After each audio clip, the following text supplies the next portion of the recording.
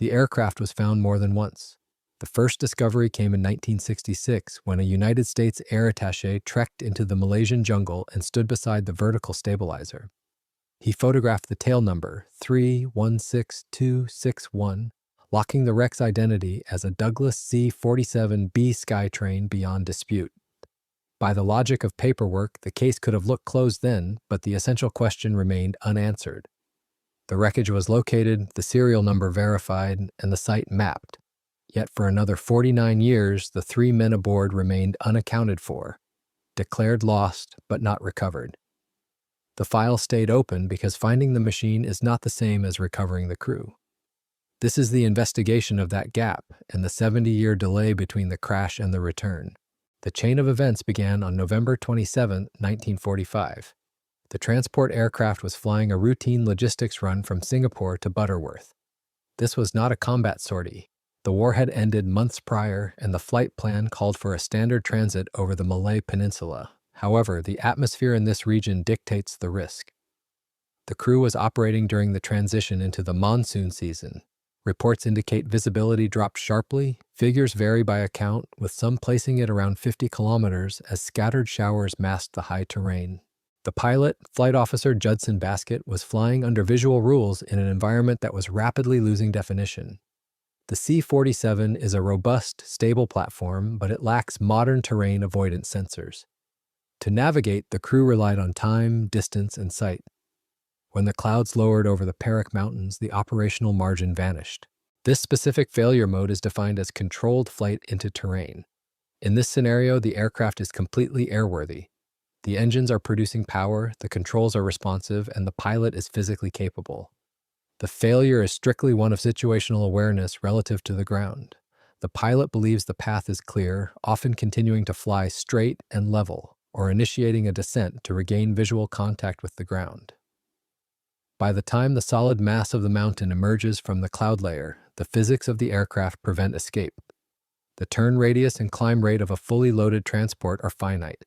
If the terrain rises at a steeper angle than the aircraft can climb, the collision is mathematically inevitable. On that afternoon in 1945, the C-47 impacted the slope of Bukit Bubu at an elevation of approximately 2,000 feet.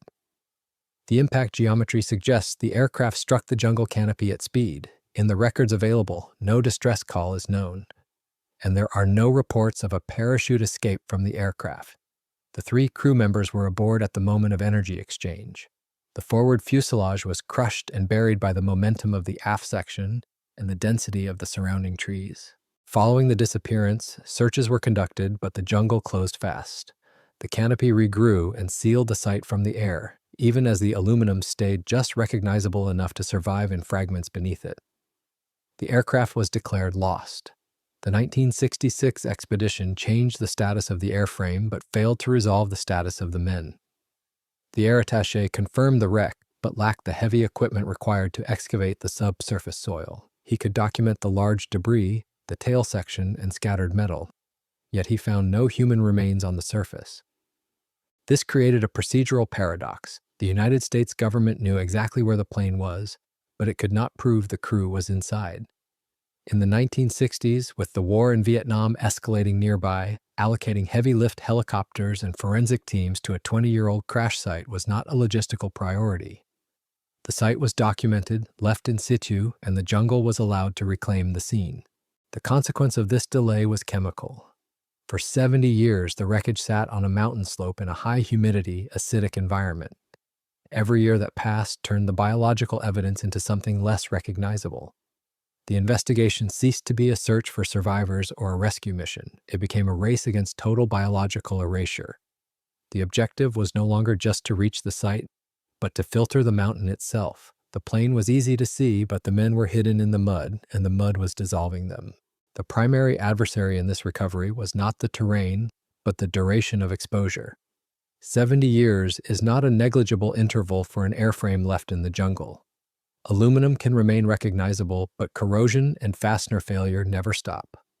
For biological evidence, the duration is far harsher. The investigation required understanding how the mountain received the aircraft and how the soil processed what remained. By 1945, the margin was already thin. The crew were navigating by what they could see, and the weather took that away. The wreckage suggests the aircraft was low and fast when it intercepted the slope. At roughly 2,000 feet, the aircraft struck the dense jungle and came apart in a fast, high-energy breakup against rising ground. The wreckage pattern does not need a second theory to explain it. Major structures tore free near the surface, while lighter, fragmented material was hammered into the wet earth.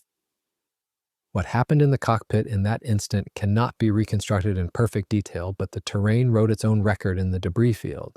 Over 7 decades, the site transformed from a crash scar into a component of the forest. The canopy returned, then the roots followed, ironwood and bamboo threading through debris, locking aluminum sheets into the ground. And beneath all of it, the decisive force was not mechanical, but chemical. The jungle floor is a chemical reactor. This specific mechanism is acidic soil degradation. In a rainforest environment, the constant decay of heavy vegetation creates a topsoil layer with very low pH levels. This acidity is aggressively corrosive to organic material. Calcium, the primary structural element of human bone, dissolves when exposed to this acidic environment over prolonged periods. In a standard temperate climate, skeletal remains might survive for centuries. In the acidic soil of Perak, the bone matrix softens, becomes porous, and eventually disintegrates into the sediment. This chemical clock dictates the recovery strategy. After 70 years, finding intact skeletal structures is statistically unlikely. The only biological material hard enough to resist this degradation is dental enamel, and in rare cases, dense cortical bone fragments shielded by metal or deep mud. That is why the 1966 visit could confirm the wreck, but not retrieve the men. The air attaché could see what aluminum would still surrender to the surface, while the crew had already begun to disappear into the chemistry of the ground. To recover the crew of the C-47, the team could not simply walk through the jungle and collect items. They faced a fundamental physical barrier. The evidence was microscopic in scale, buried in roots and mud. The search area was not a surface to scan, but a volume of earth to process. Every cubic inch around the impact zone carried the possibility of identification and the certainty of brutal manual labor. The wreckage could show where the aircraft stopped, but rain and slope could have carried the smallest fragments downhill. To find the men, the team had to stop looking at the plane and start working the mountain itself. The geometry of the recovery site was defined by the angle of the mountain. On that steep slope, gravity constantly fought the stability of the investigation. To conduct a valid forensic recovery, the team could not simply dig at random. They had to impose a strict mathematical structure onto the chaotic jungle floor. In 2015, coordination hardened into action for the recovery mission known as Operation Gahngguh, moving from planning into fieldwork later that year. The logistical scale was massive compared to the 1966 trek. This was not a hike, it was an industrial deployment. A large joint team from the United States and the Malaysian Armed Forces was required to sustain the effort. Because there were no roads capable of supporting heavy equipment at that altitude, the logistics relied entirely on aerial transport.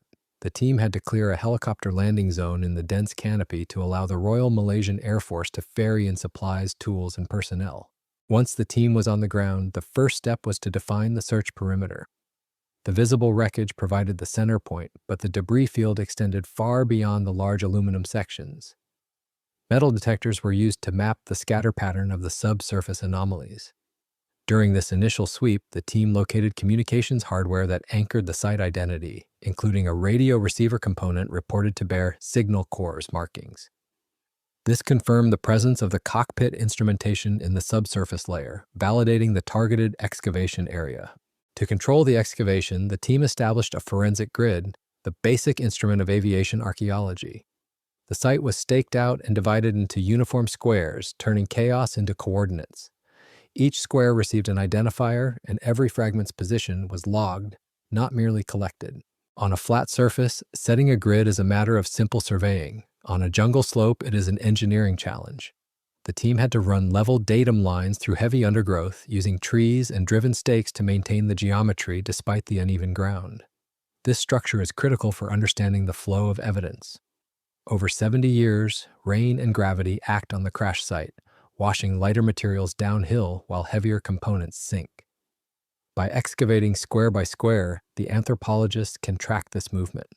If dental evidence is found in one square and personal equipment in another, the grid coordinates help reconstruct where the crew was seated at the moment of impact versus where the environment moved them. The setup required a calculated trade-off regarding vegetation. To set the grid and access the soil, the undergrowth had to be cleared. However, the root systems of the jungle were effectively holding the slope together. Clearing too much vegetation could destabilize the soil, causing the evidence to slide away before it could be documented. The team had to remove enough foliage to work but leave the primary root structures intact to bind the earth. With the perimeter defined and the grid stakes driven into the mountain, the site was prepared for excavation. The surface was mapped and the targets were identified. However, the primary obstacle remained the density of the soil itself. The evidence was trapped in heavy, wet clay that could not be easily sifted by hand. The grid provided the map, but it did not provide the method to extract the smallest, most critical fragments from the mud. The central conflict of the excavation phase was a trade-off between volume and precision. To find a single human tooth in a mountain of dense jungle clay, the team had to process tons of material. If they moved the soil too quickly, they risked washing the evidence away. If they moved too slowly, the mission would exceed its operational window. The solution to this density problem was a hydraulic process known as wet screening. Standard dry sifting is effective in sandy or loose soil, but the ground at the crash site was saturated and heavy. Attempting to push this material through a mesh screen by hand is physically inefficient and risks crushing fragile artifacts. Wet screening replaces mechanical force with hydraulic pressure. The team constructed a series of screening stations on the slope, plumbed with hoses and catchment systems. The mechanism is procedural. Excavators in the grid squares carefully filled buckets with sediment from the 4-meter designated zones. These buckets were passed by hand to the screening station. At the station, an operator used a low-pressure water hose to wash the soil through a wire mesh screen. The water dissolved the binding clay and washed the silt through the screen, leaving only the solid objects behind. This process separates the signal from the noise based on density and size. The heavy clay flows out as slurry, while roots, rocks, metal fragments, and osseous material remain on the wire. Establishing this system at 2,000 feet required a complex logistical chain. The water source had to be reliable, and the runoff had to be managed to prevent eroding the site further. The team built a forward operating base that functioned more like a remote mining operation than a campsite. However, excavating on a steep gradient introduces a critical hazard known as slope stability. When a team digs a 4-meter square hole on an angled mountain face, they alter the load-bearing capacity of the ground. The soil uphill from the excavation point is no longer supported from below. Without engineering controls, the weight of the wet earth can cause a localized landslide, collapsing the trench onto the excavators or sliding the entire grid section downhill. To mitigate this risk, the team employed shoring techniques. As they dug deeper into the grid squares to reach the 1945 impact layer, they installed wooden bracing and sandbags to retain the uphill walls. This created a terraced effect, allowing the personnel to work safely in the pit while maintaining the geometric integrity of the forensic grid. Every bucket of dirt removed changed the balance of the slope, requiring constant monitoring of the trench walls. The visual component of this process was equally demanding. In the low light of the jungle canopy, wet bone fragments can look almost identical to light-colored roots or small stones. This is where the discipline of the screeners became the final filter. After the mud was washed away, the remaining debris had to be sorted by hand and eye.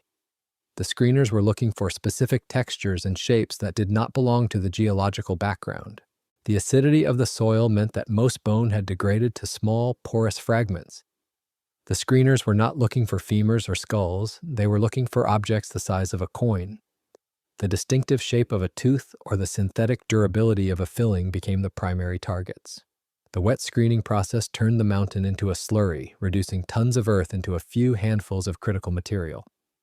By the end of the rotation, the buckets had stopped moving and the screens were empty. The physical work was complete, but the validation of what had been found was just beginning. The conclusion of the physical excavation phase did not end the investigation, it changed its terrain. What had been a jungle mountainside was now reduced to sealed evidence bags, and the work moved from Bukit Bubu to the laboratory, where fragments had to become legal certainty. The transport of this material required strict chain of custody, the legal spine of identification. Evidence only counts if its history is unbroken, tagged, logged, sealed, and supervised from the moment it left the screen on Bukit Bubu. If that chain fails, legal certainty fails with it, no matter what the science suggests. Once the material arrived at the laboratory, the focus turned to comparative analysis. The 70-year exposure to the tropical environment had degraded much of the DNA potential in cortical bone. However, the team relied on the hardest substance in the human body, dental enamel. The recovery yielded specific dental evidence that could be cross-referenced with the service records from 1945. While the acid of the jungle floor could dissolve the calcium of a femur, the enamel of the teeth often remained intact. By comparing the restoration work, missing teeth, and root structures found in the debris with the dental charts of the flight crew, the forensic odontologists could build a positive identification. The investigation also clarified what happened at the moment of impact. The debris field and the absence of deployed canopies pointed to the same conclusion. No parachutes were used. Flight Officer Judson Baskett, First Lieutenant William Myers, and Private First Class Donald Jones were aboard when the aircraft struck the mountain. There was no mid-air bailout and no survival scenario on the ground. The crew stayed with the machine until the end, and the recovered fragments were enough to let the case speak with authority. The outcome of this forensic process was the narrowing of a 70-year uncertainty into a legal conclusion. The laboratory was able to issue a positive identification for Flight Officer Judson Baskett, confirming that at least one member of the crew had been recovered from the mountain. For the others, the case did not simply evaporate into closure. A mapped wreck is not the same thing as an accounted-for service member. The legal requirements were pursued, the family was notified, and the story of the aircraft itself remained, still scattered across the ridge. The investigation measured itself in time. 7 decades separated the moment the aircraft vanished on November 27, 1945, from the moment the mission finally turned in November 2015, when sealed transfer cases were repatriated from Malaysia for laboratory analysis in Hawaii. The physical distance between the Bubu Forest Reserve and the laboratory was crossed in hours, but the procedural distance took a lifetime to traverse. Following the forensic verification, Flight Officer Judson Baskett was released for burial. He was interred in Houston, Texas in August 2016. For First Lieutenant William Myers and Private First Class Donald Jones, the mission did not deliver the same finality. Their remains were not recovered and identified in the 2015 effort, and they remained unaccounted for. The chain of custody had served its purpose where evidence existed, but it could not manufacture certainty where the mountain yielded none. However, the aircraft itself, serial number 43-16261, was not recovered. The C-47 remains on the slope of the mountain.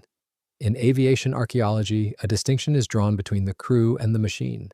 The crew is the priority. The machine is often just the container.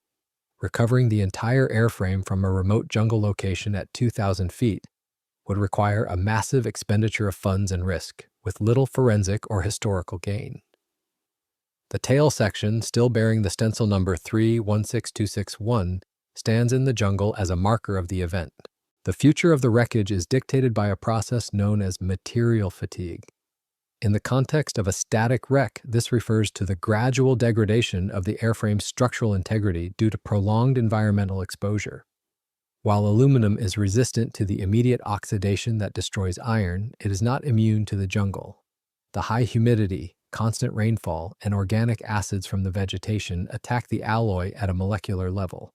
Over time, the aluminum sheets suffer from intergranular corrosion and stress fractures. The rivets that hold the skin to the ribs begin to fail. The structure loses its ability to support its own weight against gravity. The tail section, which has stood upright since 1945, will eventually succumb to this fatigue. The metal will weaken, buckle, and fold into the forest floor. The vegetation that currently surrounds the wreck will eventually envelop it completely. This process is irreversible. The site is not being preserved as a museum piece. It is being allowed to degrade naturally. The investigation did not aim to stop this process, but to extract the human element before it was too late. The operation succeeded because it recognized the difference between the artifact and the evidence. The artifact belongs to the history of the machine, and it will remain in the Bubu Forest Reserve until the environment claims it. The evidence, the identity of the 3 men, was successfully separated from the site and returned to the United States. The legacy of the C-47 recovery is the validation of the forensic method. It demonstrated that even after 70 years of chemical erosion and physical concealment, a systematic search can override the effects of time. The mountain hid the crew for half a century, but it could not hide them forever from a grid, a screen, and a determined team. The file on Aircraft 43-16261 is closed.